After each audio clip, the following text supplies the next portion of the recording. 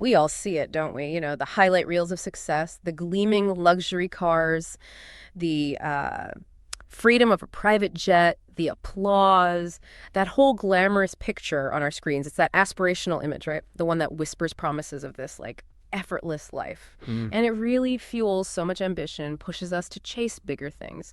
But our deep dive today, looking into the source material, it reveals a pretty stark truth, something often ignored. Success isn't just handed to you, it's not free. Actually, our sources put it like this: it's rented. And the rent is due every single day. And this bill, it isn't paid with cash. It's paid with something far more personal. We're talking, sleepless nights stretching into dawn, relationships getting really strained, maybe even breaking, that gnawing self-doubt, those mental battles that push you right to the edge. So our mission today is really to pull back the curtain on the unseen cost of success. We're going to explore let's be honest, the brutal realities, the unexpected sacrifices people just don't talk about much. But understanding them is, well, it's crucial if you're chasing big dreams. Now, this isn't about putting you off ambition, not at all. It's more about equipping you with the full picture, unvarnished, what it really demands, and maybe why, surprisingly, these struggles might actually be worth it. Expect some insights that might make you think, some surprising facts maybe, and real examples showing why these struggles, they're often signs you're actually on the right track. Yeah, it's interesting how the sources immediately kind of challenge that romantic view, this idea of success being rented. It forces you to see ambition differently, doesn't it? Not as like a finish line, but this ongoing negotiation with sacrifice. It really reframes the effort involved. That's a great way to put it, a continuous negotiation, not a destination. And when we talk about those payments, one of the first costs, the really visceral ones the sources highlight, is the silent nights that break you.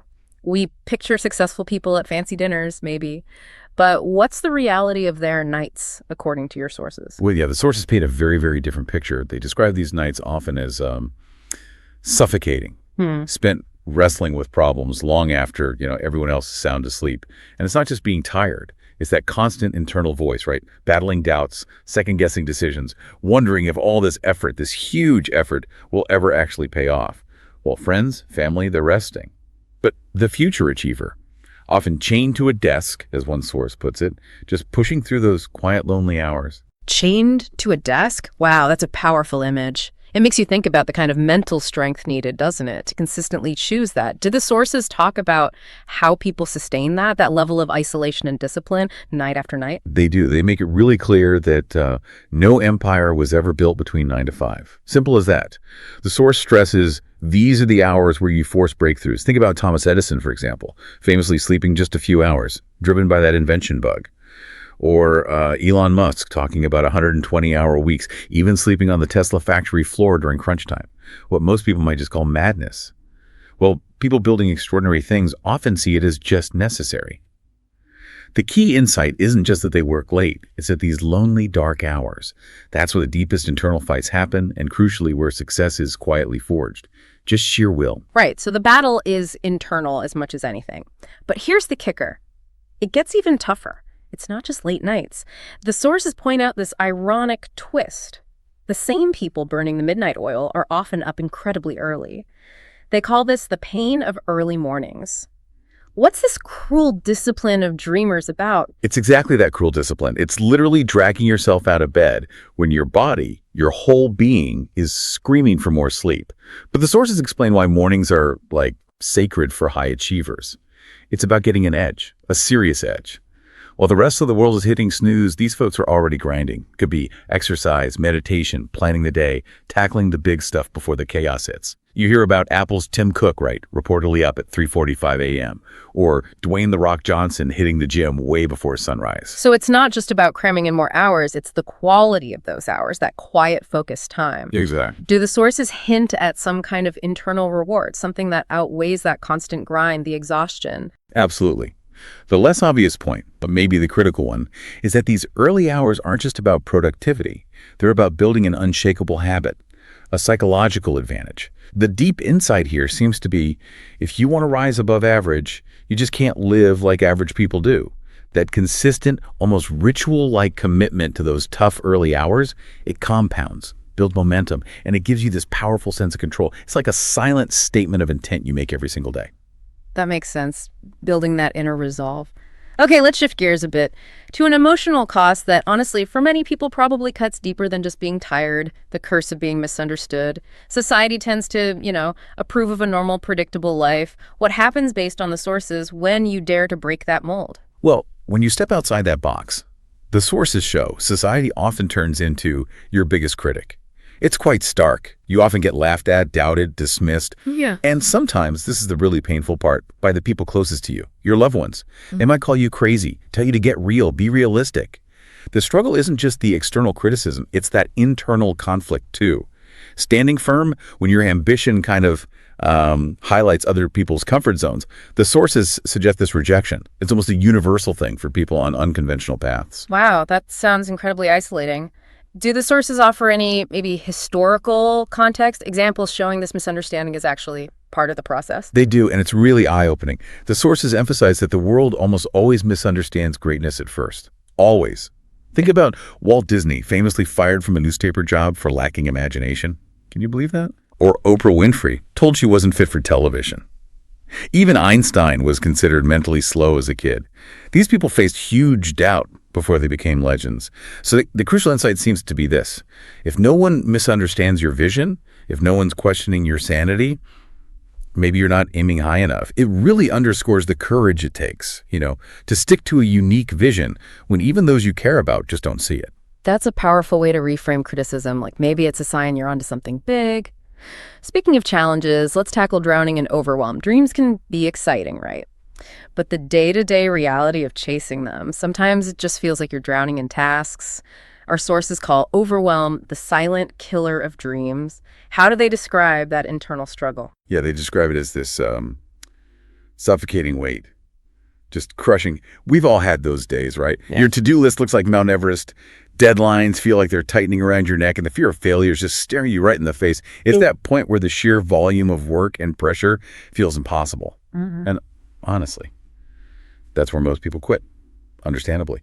The source is connected to the brain's survival instinct, trying to pull you back to safety, back from the scary unknown. Oh yeah, that feeling of being pulled back is so real. But if overwhelm is the quitting point for most, do the sources offer a different way to look at it? Any way to navigate it without just giving up? They offer a really crucial reframe. Overwhelm, the sources argue, isn't necessarily a signal to stop. It's often a powerful sign that you're growing. They use analogies like diamonds are made under pressure or muscles have to tear before they strengthen. It's the same idea. Your mind, your abilities, your resilience, they have to be stretched, kind of broken down, and then rebuilt stronger to handle the weight of real success. The surprising twist here, the more overwhelmed you feel, the closer you might actually be to a breakthrough. It's like a call to see these challenges not as roadblocks, but as the very process that forges you. Okay, so seeing pressure as part of the transformation, not a reason to run away. Got it. Now, as you push through that overwhelm, another cost can creep in, one that's maybe quieter, less talked about, the loneliness of having few friends. What do the sources say about how success can, maybe paradoxically, shrink your social circle? Yeah, it's a bitter truth, as the sources call it. Success often demands this intense, singular focus. And the reality is, not everyone can come along for that ride, or even wants to. As you climb higher, the saying goes, the air gets thinner. Your priorities change, your struggles are different, your goals diverge from the people around you. Friends might just drift away naturally because, well, they don't get your drive anymore. Or sometimes, sadly, they might get envious, or even try to pull you back down because your ambition kind of shines a spotlight on their own comfort with, well, mediocrity. That's tough, a really tough reality to face. It sounds like this fundamental clash between maybe shared history and individual drive. Do the sources talk about the psychological hit from that kind of loneliness? Is it really unavoidable? They strongly suggest it's often an inevitable consequence, yeah. The sources really emphasize that success is not about keeping everyone happy. It just isn't. It's about building a life that, sets your soul on fire, even if that means, unfortunately, burning some bridges by outgrowing relationships.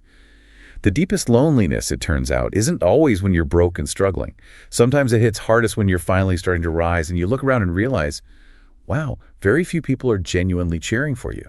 It forces you into some hard thinking about priorities, about what kind of connections really fuel your highest purpose. That really hammers home the difficult choices theme. Okay, this next point gets into maybe the deepest internal battle, questioning your own sanity. What do the sources tell us about those moments, those times you genuinely wonder, Am I losing my mind? Is this all just some crazy illusion? Oh yeah, the sources suggest this is practically a rite of passage for anyone aiming high. Almost universal. At some point, probably at 3 a.m. when everything feels bleak, you will seriously wonder if you're going crazy. Is this worth it? Am I just throwing my life away chasing some impossible thing? Your brain, it's hardwired for survival, for comfort. It'll be screaming at you, stop, go back, be safe, be comfortable, be normal. It's that fundamental human instinct fighting directly against your biggest dreams. Wow, that sounds like an existential crisis baked right into the journey. So if this self-doubt, this questioning of your own sanity is so common, do the sources give any guidance? How do you handle that? Or maybe what's the purpose of it? Well, the sources offered this really counterintuitive take. The very fact that you are questioning your sanity, it probably means you're pushing boundaries most people wouldn't even dream of touching. Think about it. Every genius, every revolutionary, every world changer, they were all called insane at some point. The sources bring up examples like Nikola Tesla died broke, labeled eccentric, or Steve Jobs seen as arrogant, delusional by many peers. Yet these quote-unquote insane minds, they bent reality. They changed the world. So the real revelation here is kind of shocking. If you never feel crazy chasing your dream, maybe your dream just isn't big enough. It's almost an encouragement to embrace those moments of doubt. See them as signs of real ambition, real courage, not reasons to back down. So those doubts aren't weakness. They're maybe a measure of how big you're aiming. Okay, and so after all of it, the late nights, the painful early mornings, the sting of being misunderstood, the crushing overwhelm, the loneliness, those moments you question everything. Our sources bring us to the final shock. It's all worth it. What happens? What finally happens when you endure all that? That's where the real magic is, according to the sources. The transformation. After you've pushed through all those struggles, something profound happens. You break through. You start seeing results. You taste this freedom that's incredibly personal because it's been so hard won. And every single sacrifice you made, it kind of transforms into a blessing. The exhaustion turns into this deep, quiet pride. The criticism that hurts so much, that becomes fuel, pure motivation. And the loneliness, paradoxically, it often shifts into this profound inner peace. A peace born from knowing yourself, relying on yourself, having total clarity on your purpose. So it's way more than just the external stuff then, the money or the fame. It's a fundamental internal shift. The person who comes out the other side isn't the same one who went in. Precisely. Exactly. Success isn't just about the bank account or the awards. It changes you right down to your core. It breaks you down, yes. It tears away your weaknesses, forces you to face your limits. But then it rebuilds you into someone almost unrecognizable, someone, well, unstoppable. It's a complete metamorphosis. It goes so far beyond any material gain. You're left with this unshakable belief in what you're capable of. And that, you, the listener, that's the ultimate choice the source material lays out for us. The price of success. Yeah, it's brutal. It demands pretty much everything. But the regret of mediocrity, the what ifs, the never knowing what you could have truly become, that regret is painted as far, far worse. So as we wrap up this deep dive, the question we have to leave you with is direct. Looking at the full picture, the costs and the potential transformation, are you ready to pay the price? Because success isn't free. It never was. It's earned in those quiet struggles nobody applauds, those invisible battles no one sees, those sleepless nights nobody understands. But for those who stick it out, when you finally get there, when you finally taste it, the sources promise it will all unequivocally be worth it.